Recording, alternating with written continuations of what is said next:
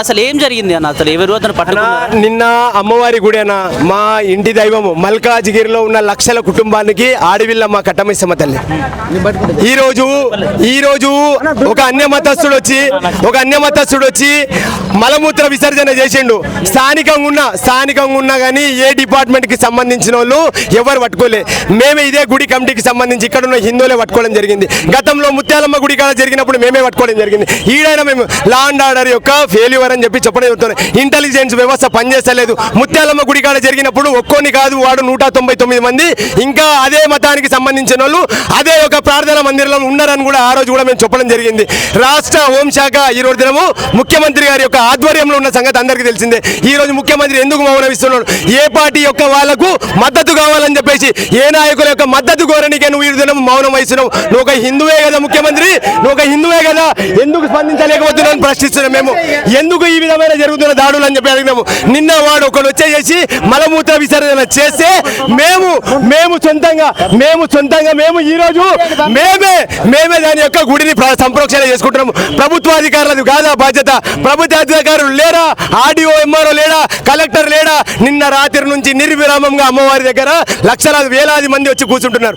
అయినా కానీ స్పందించలేదు రాష్ట్ర ప్రభుత్వం. లా అండ్ ఆర్డర్ కి సంబంధించిన అధికారులు వచ్చి మట్టుకు మమ్మల్ని మేము శాంతియుతంగా చేస్తున్న ఈ యొక్క ప్రొటెక్షన్ ని, మా యొక్క హక్కును మేము కాపాడుకునే ప్రయత్నం చేస్తే ఈ విధంగా దౌర్జన్యంగా జరిపే ప్రయత్నం చేస్తున్నారు.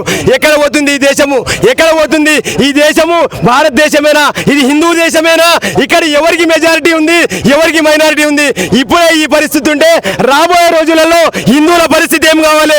అక్కని, చెల్లని, అమ్మని, పిల్లాన్ని తీసుకొని గుడికి వచ్చే పరిస్థితి ఉందా? ఎవరికి అడగాలి ముఖ్యమంత్రి? ఎవరిని అడగాలి? ఎవరు స్పందించాలి?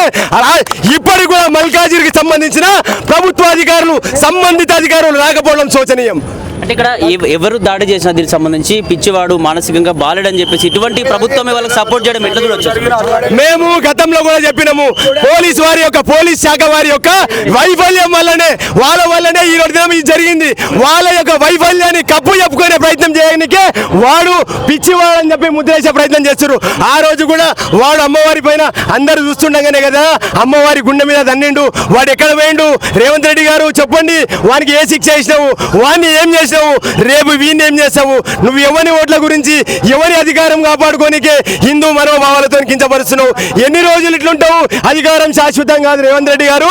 నువ్వు లేనప్పుడు కూడా సనాతన ధర్మం ఉంది, నువ్వు ఉన్నప్పుడు కూడా ఉన్నది, నీ తర్వాత కూడా ఉంటది. కానీ అధికారం ఉన్నప్పుడు సనాతన ధర్మంపై జరుగుతున్న దాడిని ఖండించకుండా, అక్కడ గుళ్ళ యొక్క సంప్రోక్షణ చేయకుండా నువ్వు ఏ విధంగా అయితే ఈరోజు మౌనం వహిస్తున్నావో రాబోయే రోజులలో హిందువులందరూ నిన్ను, నీ పార్టీని అధపాతాలని తొక్కేస్తారని చెప్పి మరొకసారి తెలియజేస్తున్నాను. పోలీసులు యాక్షన్ తీసుకుంటామని చెప్పారా? అతన్ని పట్టుకొని యాక్షన్ తీసుకుంటామని చెప్పారా? పోలీసులు ఏం చెప్తారు? పోలీసులు వాస్తవాన్ని కూడా నిన్న పోలీసులు వాడే పట్టుకుని మేమే పట్టుకొని పోలీసులకు అప్పచెప్పినాము. పోలీస్ శాఖ గారి యొక్క పోలీసులు మమ్మల్ని పట్టుకుంటారు. పోలీసులు మేము చేసే ధర్నాలను ఆపుతుంది, మేము చేసే హక్కులని, మేము చేసే ప్రొటెక్షన్ ని ఆపుతుంది. కానీ పోలీసులు ఆ విధమైన దాడులు చేసే గురించి మాట్లాడలేదు. ఆవిడ ఎవరు చేసిండు అంటే ఇప్పుడు అంటారు, సార్ వచ్చి అంటాడు మేము దాని వెనుక ఎవరు చూస్తారు. మళ్ళీ గతంలో జరిగినప్పుడు దాని వెనుక ఎందుకు చూడలేకపోయినావు? ఆ రోజు నువ్వు కూడా కరెక్ట్ తీసుకుని ఈ రోజు ఈ పరిస్థితి ఉండకపోతుండే కదా. ఎందుకు ఈరోజు law and order minister, law and order కి సంబంధించిన అధికారి ఎవరు లేరు కదా, నువ్వేమో రేవంత్ రెడ్డి, నువ్వు ఎందుకు దానిపైన చర్య తీసుకుంటలేవు? ఈ రోజు చెప్తున్నా రాబోయే రోజులలో ఇప్పుడు ప్రతి హిందూ మేల్కుంటున్నాడు. వాస్తవానికి కూడా రాష్ట్ర ప్రభుత్వం పైన బాధ్యత ఉన్నది, అధికారుల మీద బాధ్యత ఉంది. అయినా కానీ పట్టించుకోలేని పరిస్థితులు ఉన్నారు. రేపు ఈ గుళ్ళని, ఈ సనాతన ధర్మాన్ని కాపాడే బాధ్యత ప్రతి హిందూ తన భుజాల మీద వేసుకుంటారని చెప్పి మరొకసారి తెలియచ్చు. రాబోయే రోజులలో సనాతన ధర్మానికి అండగా ఉండటానికి అధికారం అప్పచెప్తామని చెప్పి మరోసారి తెలియచ్చు. జై శ్రీరామ్.